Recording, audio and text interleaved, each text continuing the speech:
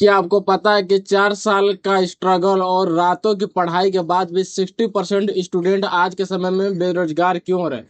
क्या यह सच है कि आज के टाइम में बीटेक एक स्कैम बन चुका है?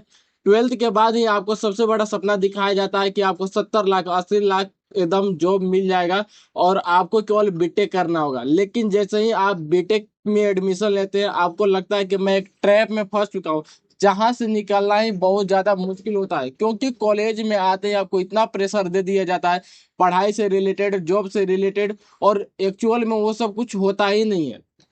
आज के समय में इंडिया में 15 से 16 लाख इंजीनियर प्रोड्यूस होते हैं, लेकिन आज के टाइम में केवल उसमें से 15 से 16% को ही रोजगार मिलता है, बाकी सब अनएम्प्लॉयमेंट के तहत चले जाते हैं। एआईसीटीसी के अगर रिपोर्ट के माने तो आज के समय में 50% से ज्यादा ग्रेजुएट ऐसे जो कि किसी जॉब के लायक ही नहीं।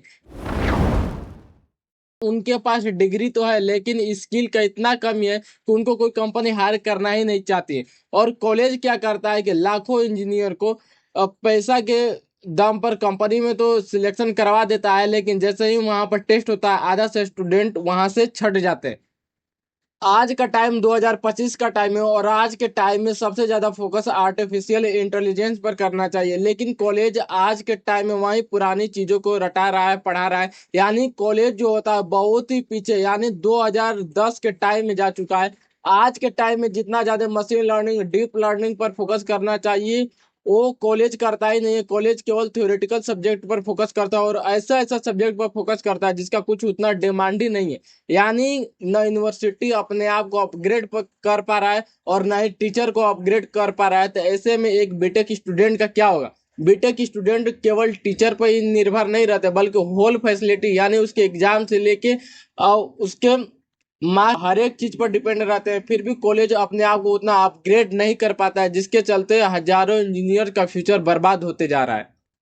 आज के टाइम में इंडिया में लाखों ऐसे इंजीनियरिंग कॉलेज जो कि केवल पैसों के लिए ही चल रहे हैं, ना तो एआईसीटीसी के तहत अप्रूव है और ना ही उनके पास कोई इतना इंफ्रास्ट्रक्चर लैब है जिसके तहत एक अच्छे स्टूडेंट को थोड़ा सा फैसिलिटी प्रोवाइड करा सके या उनको लैब प्रोवाइड करा सके। आज के टाइम में टीसीएस, इन्फोसिस जैसी कंपनियां न जाने सैकड़ों इंजीनियर्स को हायर करती है और बाद में ट्रेनिंग के बाद 70 से 80% इंजीनियर को वो रिटर्न कर देती है, यानी उनको अनक्वालिफाइड कर देती है। यानी ये सबसे ज्यादा स्कैम चल रहा है क्योंकि कॉलेज डायरेक्टली कंपनी से टाइप करता है, बहुत बड़ी बड़ी एमएनसी कंपनी से, और पैसा लेने के बाद जैसे ही ट्रेनिंग कंप्लीट होता है आधे से अधिक स्टूडेंट को जॉब से ही हटा देते हैं। यानी आज के समय में बीटेक इतना बड़ा स्कैम बन चुका है कि जो एक बार इसमें जाता है वो ट्रैप में फंसता ही जा रहा है।